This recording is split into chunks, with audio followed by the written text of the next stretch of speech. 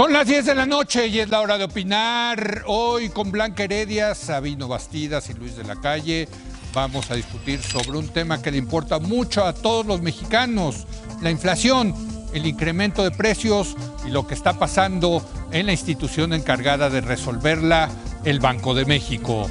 Después voy a platicar con Gerardo Carrasco sobre las implicaciones del decreto para autorizar obras y proyectos del Gobierno de México por considerarlas de interés público y de seguridad nacional. Y para terminar, con Miguel Vivanco vamos a hablar de las implicaciones de la intervención cada vez mayor del Ejército en actividades civiles en México. Así que quédese aquí en Foro TV, que ya comenzó la hora de opinar.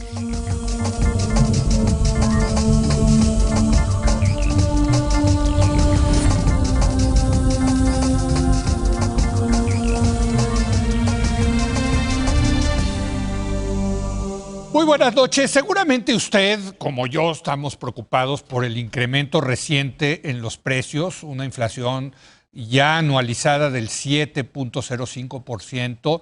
Desde luego hay productos que han crecido más en los precios. Y bueno, la institución dedicada a resolver el problema de la inflación en México es el Banco de México. Y resulta que en este contexto el presidente López Obrador retira la candidatura de Arturo Herrera como gobernador del Banco de México y nomina a Victoria Rodríguez Ceja para precisamente convertirse en la gobernadora, primera mujer gobernadora del Banco de México en este contexto. Caray. Bueno, vamos a hablar sobre este tema, sobre la inflación, el Banco de México, estas grillas dentro del Banco de México. Saludo a Blanca Heredia. Blanca, ¿cómo estás? Buenas noches. Muy buenas noches, Leo, Sabino, Luis. Sabino Bastidas, buenas noches. ¿Qué tal, Leo? ¿Cómo estás? Muy buenas noches, Blanca, Luis. Luis de la Calle, vía remota. ¿Cómo estás, Luis? ¿Cómo estás, Leo? Sabino, Blanca. Una disculpa por no acompañarlos hoy en el estudio. No, encantado de estar con ustedes. Te ponemos aquí retardo. Media falta. Le toca empezar a él, nuestro economista. Sí, exacto. Sabino, importantísimo la labor que hace el Banco de México. Así es. Y desordenado, por decir un adjetivo leve, el tema de quién va a sustituir a Alejandro Díaz de León. Mira, lo primero que hay que señalar es que ha sido un proceso accidentado desde el principio. Sí. La definición de que no se iba a ratificar a Díaz de León, la salida anticipada de Herrera, esta idea equivocada de tratar de tranquilizar a los mercados con Herrera, y ahora retirar una candidatura del Banco de México sin una explicación válida. Yo creo que lo más grave es que no sabemos cuál es la razón por la cual sale Herrera de la nominación. El Senado de la República se merece una explicación. Creo que nosotros nos merecemos una explicación. No la va a ver. Sabino, yo creo que es algo que tenemos que saber y que presionar para saberlo. O sea, sí. no se vale que nomines a alguien a la gobernatura del Banco de México y lo retires sin una explicación que valga la pena. Y creo que muy desafortunada la sustitución de Victoria Rodríguez Ceja. Desde mi punto de vista, con mi criterio jurídico, que hoy dijo el presidente de la mañana que era conservador, pues sí, yo sí quiero conservar la ley, las que sean, todas las leyes hay que conservarlas. Me parece que el planteamiento de esta nominación tiene muchos signos negativos. El primero que yo diría es: yo pongo en duda que cumpla el requisito del artículo 39, fracción segunda de la ley del Banco de México. Les vale. Por eso, pero es parte de lo que tenemos que ir señalando. O sea, no es una persona con experiencia en política monetaria. No. Yo creo que tiene un déficit de conocimiento. No cumple los 5 años al frente de instituciones financieras a nivel nacional, a menos que el Metro sea una autoridad reguladora, porque ahí tuvo un periodo en las finanzas del Metro. Sí. Y esa parte me parece muy desaseada. Creo que el banco es más fuerte que el gobernador en turno. O sea, el equipo técnico que hay allá adentro blinda mucho que es un cuerpo colegiado y que ayuda mucho a resistir. Pero me parece desafortunadísimo el nombramiento, las formas, el desaseo. Yo lo inscribo en una lógica de control político del presidente. Creo que el presidente está cerrando su primer trienio con un control político sobre Banco de México que no sé para qué lo va a ocupar. No ¿Peligra la autonomía del Banco de México? Yo creo que tiene un control político que no habíamos visto. Creo que tiene un control político para cuando algo se le ofrezca. Creo que es un riesgo que una persona que no tiene experiencia política de manejo de mercados esté al frente del banco, porque, mira, en frío, pues todo el mundo toma sus decisiones con asesores y con mucha gente. Pero en una crisis económica, en donde tengas que levantar los teléfonos para hablar a los mercados, para dar explicaciones, para ser ágil, para saber qué resortes tocar, esa es la parte que me parece muy delicada. Y en todo el mundo, el equivalente al gobernador del Banco de México es algo que se maneja estéticamente con mucha asepsia desde el principio, y creo que aquí en el fondo y en la forma hubo muchos errores. Bueno, y yo lo decía, Blanca, el contexto importa. O sea, estamos en un periodo inflacionario que hay que controlar, y el que lo tiene que controlar es el Banco de México. Efectivamente, Leo, no creo que eso haya pesado mucho en el ánimo del presidente al retirar la candidatura de Arturo Herrera, que yo considero que, bueno, yo tengo una excelente impresión de Arturo Herrera, y me hubiera parecido muy bien que se siguiera lo que había prometido el presidente hace algunos meses, cuando sale Herrera de Hacienda, y que justamente para tranquilizar a los mercados, ahí digamos no coincido tanto contigo, yo sí creo que estuvo bien que si iba a salir de Hacienda, pues ya el presidente anunciara y se comprometiera a que iba a ser Herrera su candidato para gobernador del Banco de México, y efectivamente los mercados se tuvieron bastante bien, se lo tomaron muy bien, lo recibieron muy bien. En fin, para el banco, que es una institución fundamentalmente conservadora, los bancos centrales son por naturaleza conservadores, y sus miembros suelen ser, digamos, personas aversas al riesgo, pongámoslo así, les gusta más lo conocido que lo desconocido. Claro. Hubieran quizá preferido un perfil todavía más técnico, todavía más enfocado con una larga trayectoria en la parte monetaria, pero me parece que habían ya asumido que iba a ser Herrera y estaban frente a las alternativas. Todos estábamos contentos. Todos estábamos contentos con Herrera. Fue hasta hace muy poquito tiempo que nos amanecimos con la noticia de que pues ya resulta que ya no estaba, que ya lo había retirado, que dónde quedó la bolita. Y yo me pregunto varias cosas. ¿Qué llevó al presidente a tomar esa decisión de retirar la candidatura de Herrera? Hay mucho chisme. Efectivamente. Quizá yo, especulando, no tengo ninguna información privilegiada, me parece que un poco en el ánimo de lo que dice Sabino, el control político, y yo lo veo, quizás otra manera de llamarlo, no sé si estamos hablando de lo mismo, pero sí noto desde las intermedias en el presidente varias cosas, una de ellas que está centralizando el poder, todavía más, y que se está quedando además con los más leales. O sea, todos los que tienen como ideas propias, cabeza propia, que además le dicen lo que piensan, quedan cada vez menos de esos en su círculo cercano. Y yo lo ubicaría en esa lógica. Si Ursúa le decía mucho, Carlos Ursúa, el primer secretario de Hacienda al presidente López Obrador, pues le manifestaba muchas veces sus posiciones contrarias a las del presidente. Yo creo que sustituyó a Ursúa por alguien que por ahí se lo manifestaba menos, pero sí se lo manifestaba. Y creo como que le agarró ahora, el modo a López Obrador Herrera. Sí, le agarró, no pero mucho hasta tiempo, cierto punto, hasta cierto punto. Sí, le agarró el modo, hasta pero cierto cuando punto. le entendió el otro, porque se fue. Arturo Herrera, creo que dentro de todo, quizá un poco menos que Ursúa, pero también tiene como su propia posición. No, totalmente. Y además tiene su propia carrera. No es alguien que solo tenga vida en el halo de Andrés Manuel López Obrador. Tiene una trayectoria destacadísima, no va a tener ningún problema para conseguir trabajo, evidentemente. Sí, porque está impedido 10 puede. años. Okay. Esta locura que Esta locura, puede tienes hacer. razón. Sí. Pero, digamos, yo creo que de alguna manera va a encontrar la forma de encontrar un trabajo que, sin tener que violar esa legislación absurda, coincido contigo. Pero entonces yo creo que se ubica más esto. De lo que yo logro especular es alguien que todavía sea más dócil, déjame ponerlo así, que tenga menos una voz propia, ideas propias y deseo de comunicarle esas ideas al presidente. Alguien que sí, a diferencia de Herrera, de Ursúa, no tiene vida más allá del halo del presidente.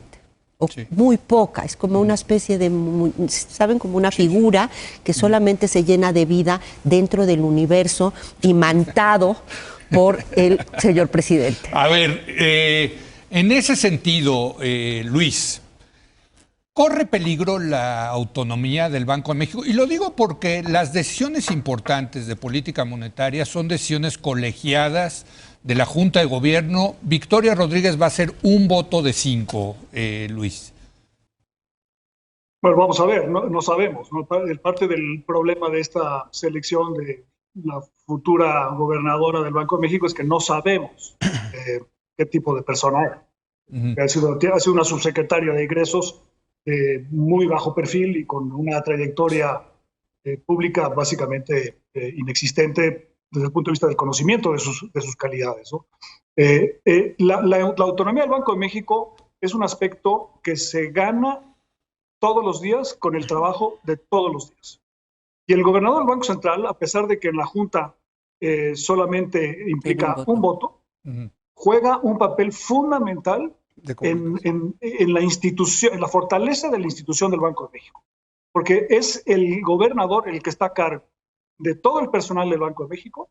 O sea, los otros subgobernadores votan en la Junta, pero no se encargan de que investigación económica funcione bien, que los movimientos de cambios se hagan a tiempo, etcétera. O sea, en esta parte ejecutiva muy importante. Pero quizá lo más grave es que el Banco de México, como cualquier banco central, emite un papel fiduciario que no vale nada. O sea, no cuesta nada, pero vale mucho. Y ese valor fiduciario depende de la fe, de ahí viene la palabra fiduciario, y la fe depende de la confianza que tengan los ciudadanos y los mercados sobre el valor de tu moneda. Y o sea, para dejárselo claro al público, estás hablando del dinero. Lo que emite el Banco de México, ¿no? El Banco de México es el emisor del dinero. El emisor del dinero dice, este papelito vale 1,000 pesos, cuando nosotros sabemos que costó 20 pesos su producción. Sí. Y vale 1,000 pesos porque todo el mundo está de acuerdo que eso es lo que vale. Y así funcionan las economías. Pero el valor de la moneda, que es muy importante que el valor no se deprecie en el tiempo, porque la inflación es un impuesto, sobre todo un impuesto a los pobres, depende de la confianza que exista en esa moneda, y esa confianza la tiene que ganar el gobernador del Banco Central. O sea, el gobernador del Banco Central no solamente tiene que ser un experto en política monetaria, en mercados financieros, sino que tiene que ser un pedagogo de la economía, tiene que ser un psicólogo de los mercados y de los actores que influyen en todo esto, y tiene que ser un gran comunicador, bilingüe, que le permita transmitir confianza y al mismo tiempo no decir nada, que ese es el gran secreto de la banca central.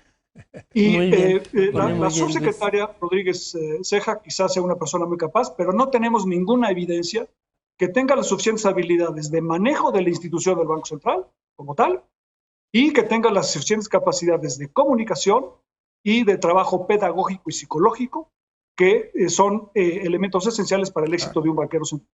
Y además, como bien dices tú, Leo, entra los primeros 3 años del presidente López Obrador han sido de una enorme suerte para él, desde el punto de vista de la política monetaria de Estados Unidos.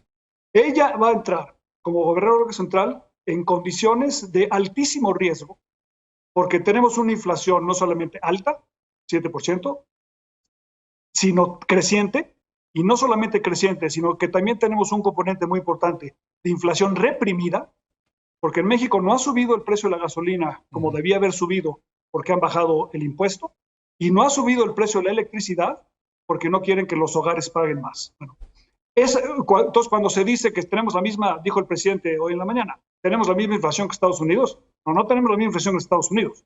Si en México estuvieran corrigiéndose los precios de la gasolina y la electricidad como en Estados Unidos, tendríamos una inflación de 8.5, 8.6%. O sea, ya acercándonos a 10. Entonces, ese es el primer elemento. El segundo es que estamos en la víspera de un cambio en la dirección de la política monetaria de Estados Unidos. Así es. Y cuando hemos tenido cambios en la política monetaria de Estados Unidos, en el pasado nos ha creado la crisis como la de 81-82 y como la de 94-95.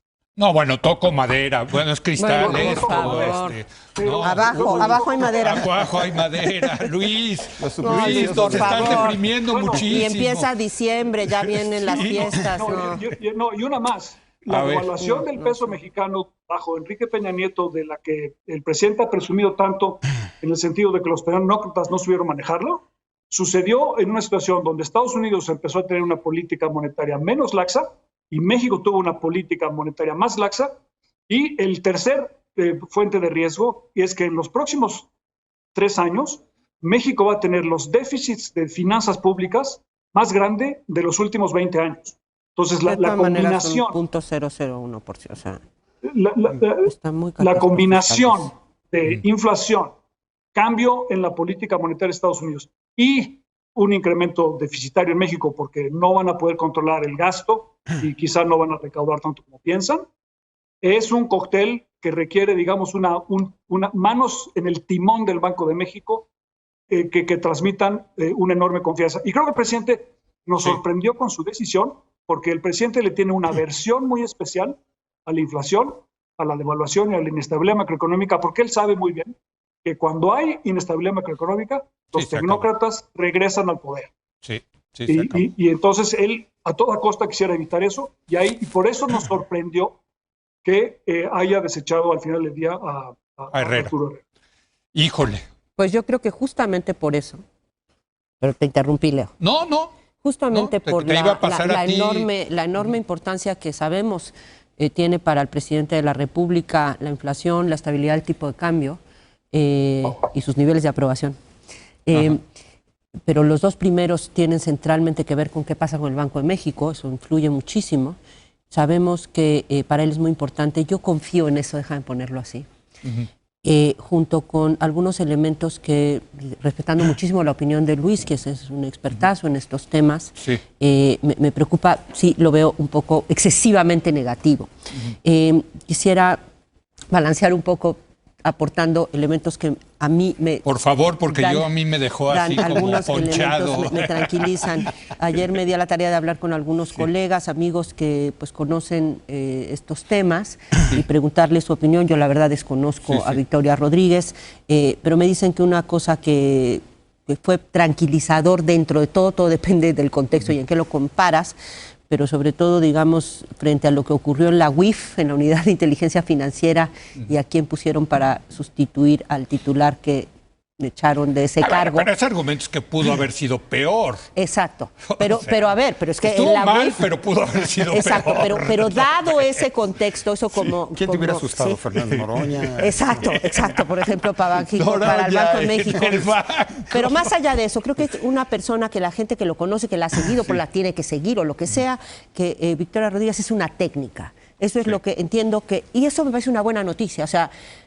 No está mal que no tenía tantos ya cuadros de ese tipo, pero tiene, permíteme, termino. O sea, es una técnica y sí me parece que eso no es una mala noticia. Es una técnica. Hasta ahora, esto de que ha sido como gris, invisible, también te habla de una persona discreta, no es alguien de mucho... enfocarse en los reflectores, buscar los reflectores, es alguien, al parecer... alguien sereno, profesional, técnico, conocedor de su materia, sin tener una gran experiencia específicamente en política monetaria. Y finalmente una cosa nada más que quiero reforzar de lo que decía Sabino. El Banco Central Mexicano es una de las instituciones más fuertes que tenemos, quizá la más fuerte, desde mi punto de vista, que se ha construido a lo largo de muchas décadas, previo incluso a su autonomía constitucional. El Banco de México, si lo comparamos con la situación en muchos países de América Latina, tuvo un banco central inusualmente fuerte, con inusuales niveles de autonomía, que se perdió en ciertos momentos, pero que tenía lo más cercano a un servicio civil de carrera de facto, aunque no de jure, aunque no tenían un servicio profesional como tal. Pero una burocracia de primera. Una burocracia de primera. Sí creo que tenemos una institución extraordinariamente fuerte y que, sin negar lo que menciona Luis, de que sí tiene importancia, desde luego, quien preside la institución, en esta como en cualquier otra, sí me parece que tenemos que confiar en que tenemos una institución muy fuerte y muy sólida. No, nada más antes de pasarte, yo también busqué a gente que conoce a Victoria Rodríguez, me dicen trabajadora, seria, pragmática, nada ideológica. Exacto. Y lo más importante, que aprende rápido, me dijeron. Perfecto. Es una persona que aprende rápido, pero bueno, pero va a tener que aprender. No es una crítica personal y creo que así hay que ponerlo, ni es una crítica contra el género como lo planteó el presidente en la mañana. No, Yo creo que hay que ser muy serenos en una cosa que estaba diciendo Luis. El perfil que requieres para una persona que tiene que reaccionar rápido ante los mercados es una persona que debe saber comunicar, que debe saber hablar, debe saber qué resortes tocar. Yo nunca le he escuchado en mi vida. Eso no se aprende en la escuela de negocios de Harvard y eso no se aprende en ninguna escuela. Para eso hay que estar 5 años metido en finanzas y en política monetaria. Y es una persona que no tiene ese expertise. En política en frío no cabe la menor duda que todo lo que está diciendo Blanca va a suceder. Es decir, los asesores van a aparecer, ahí está el talento del banco, ahí está el expertise del banco y el prestigio del banco. Pero un si gazapo, se tienen que tomar un gazapo en la comunicación. Un error. Eso sí te mueve mercados. Que puede aprender muy Sí, bien, pues sí, que aprenda muy bien, pero sí. ¿por qué voy a ensayar con el Banco de México? Sí, sí. O sea, lo que no se vale es habiendo talento en México, porque dijeras, bueno, no tengo a quién poner, No tenía Herrera. no existe. Bueno, por eso te digo que la explicación es importante. Sí. Y hay algo que estaba diciendo Luis que yo quiero retomar, que es el tema de la confianza. La confianza que calmó a los mercados a mediados del año, cuando la decisión de que no fuera ratificado el actual gobernador del Banco, Díaz de León, ya fue traicionada, porque esa confianza de aquel entonces con un señor presidente de la República que dijo, el que se va a quedar al frente del banco es este señor, y empieza a prepararse en su tema y empieza su trabajo. Lo retiras una semana antes. O sea, la confianza que ganaste en ese momento la perdiste cuando no das una explicación sensata. Sin duda, pero por otro lado, el movimiento en los mercados y en la bolsa fue chiquitito. No, pero es que no es inmediato. No hay nada más cobarde que $1 millón. Y en cuanto sientan que... Es que sí me impresiona a veces una cierta posición de que todo lo bueno que hace el gobierno es razón externa. ¿Esto te parece bueno? No, a ver, no. ¿te parece y un buen todo nombramiento? lo malo, eso sí, todo le toca a él. Es que no es ni todo lo bueno ni todo lo malo. Yo nunca he estado en ese maximalismo. Lo que te estoy poniendo en contexto y en valor es, en este momento, esa decisión concreta, ¿te parece aseada? ¿Te parece correcta? ¿Te parece que no se podía hacer de otra manera? ¿Que no podía ser más inteligente? Digo, me parece que el desaseo político de esta decisión se con el podría Banco haber de hecho México, mejor, sin duda. Se podría haber hecho mejor, eso es lo que pero estamos tampoco juzgando. me parece catastrófica. Bueno, la catástrofe no es catástrofe hasta que se presenta. Bueno, pues sí, pero vienen cantando la catástrofe desde al otro día. A mí no me pongas el vienen cantando, ¿no? Yo lo que estoy señalando concretamente. Muchísimos han cantado la catástrofe desde el día siguiente de las elecciones del 18. Pobre Luis está ahí desde su biblioteca escuchando esto. Venga. Encantado de escuchar. Yo tampoco he sido nunca profeta del desastre, por cierto. Yo no me dedico a eso. Mis comentarios no se refieren a la candidatura de Victoria Rodríguez Ceja, sino a que no conocemos sus calidades. Eso es exclusivamente el comentario. Un signo de interrogación. Escuchando a Blanca, se me ocurre a mí una hipótesis de por qué el presidente, una hipótesis más, porque ha habido muchas, de por qué el presidente cambió de caballo. El presidente es, digamos, es relativamente un halcón en materia de inflación. Con respecto quizá a Arturo Herrera. Sí, no van a entender. Yo pienso que Arturo Herrera, desde el punto de vista de política monetaria, es más bien una paloma. Estaba más cercano a Gerardo Esquivel. Más cercano a Gerardo Esquivel, exactamente. Sí. Y también más cercano a Gerardo Esquivel, por ejemplo, en su posición en materia de los dividendos del Banco de México y de los derechos especiales de giro. Creo que eso fue a lo mejor lo que hizo que hubiera algún cambio, ¿no? Pero si el presidente está haciendo este cambio, como implicaba el comentario de Blanca, para asegurar que no haya inflación, quizá lo que está expresando el presidente, yo le puedo dar instrucciones a la nueva gobernadora para que sea más hawkish, más halcona. Y eso, o sea, que suba las tasas de interés.